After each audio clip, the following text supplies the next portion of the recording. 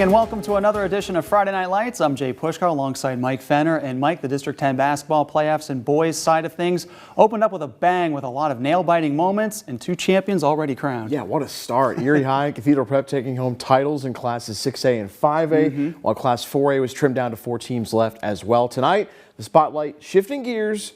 We'll go 3A, 2A, and 1A as well. We head to the Haggerty Family Event Center for Girard and Seneca D10 3A quarterfinal, 2 versus 7 matchup, but it lived up to this. Tied at 5 in the first. Here's Lucas Rupp, the corner 3. He had 14 points on the night. Seneca up 3.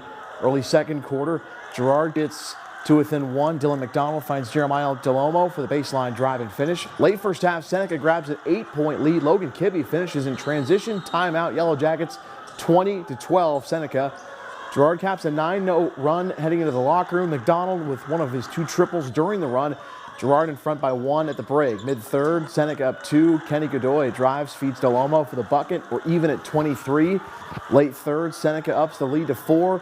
Rupp finds Kibbe. Quick trigger on the left corner 3. 30-26 Bobcats. Bobcats go 5 with 5 to play on this 3 again from Kibbe out front. Bullseye. He had 19 points to lead all scores. Nate Edwards drives in, scores, cuts the lead to 3 for Girard as the Yellow Jackets creep back with a little over 2 to play. About a minute and a half to go now. Rupp throws one towards the corner. Edwards intercepts it, finds Delomo in transition. He cuts it to 1, 39-38 Bobcats. But after a key turnover late from Girard, Bobcats stacking free throws. Here they're up 4 and off a miss. Girard just one last chance, down 4. They can only muster a 3-point try with no contact. Alex Henry misses, time expires, and Seneca takes it 42-38 to move into the District 10 3A semifinals, handing 20-2 Region 4 champion Girard its 3rd loss all year.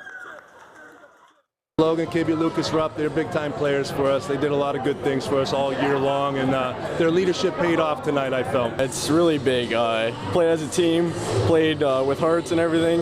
It's a really good feeling coming out there and beating the region champs, but not stopping here. We came out in man, and once we switched to that 2-3 zone, it really took them off their game and got us to win. That was what got us to win.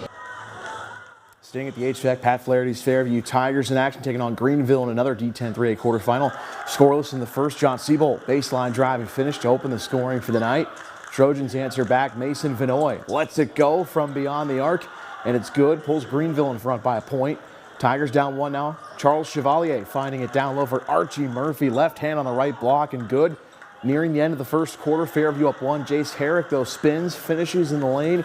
Greenville 10-9 after 1. In the second, 5-point lead for the Trojans. Jeremy Frizeo hits the 3 on the wing.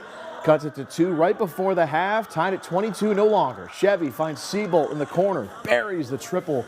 25-22 Tigers at the half. He had 16 points. In the third, Siebold finds Frizeo, and he starts to heat up from 3. This one on the right wing. Good.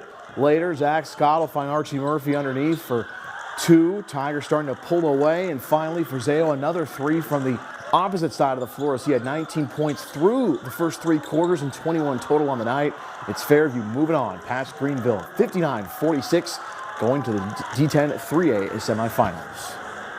They play really hard, and our goal was we knew it might be a grinding game. You know, I think all of the games are going to be, and that's just kind of what we do. We try to wear teams down a little bit, you know, and keep our defensive pressure up for 32 minutes if we can. When people start hitting on our team, we start driving, it opens up gaps, and you know we exploit those pretty well. So yeah. We all had confidence in him. He started making his shots. As soon as he made his shots, we knew that it was feed Jeremy. But as long with the rest of the team, we all needed to step up with Jeremy, and then as one, we just came together and got the win. That they did. Also in Class 3A quarterfinal action, Northeast taking on Oil City at Meadville High School. For the Oilers, Cameron Van Warmer is going to tickle the twine, knocking it down from downtown. Back comes Northeast, though. Noah Crozier with a big-time jumper, knocking it down for 2. Oil City has an answer, though. Jacob Hornbeck fights through the traffic, splits the defense. Nicely done. Oilers up 10 at this point as they were catching fire. Pickers trying to keep pace. Carter Crozier scores on the nifty layup. However, it's Oil City rolling in this one 68-37. They advance to the semifinals, as does top seed Franklin. They had a double-digit lead. In fact, they were up by 21 points, but they needed overtime to beat a very scrappy Mercyhurst Prep team 71-68 as the top-seeded Knights advance to the next round. Over to the Class 2A quarterfinals at Meadville High School. As well, it was Cambridge Springs taking on Lakeview. Early on in the first half, the Sailors were down 4. They cut the deficit down to 1 on the three-pointer by Cameron Pence. Blue Devils counter with Ethan Conacy. Fighting through the traffic, able to lay it in. And then more from Cambridge. Actually, more from Lakeview. Nice spin move, up and in.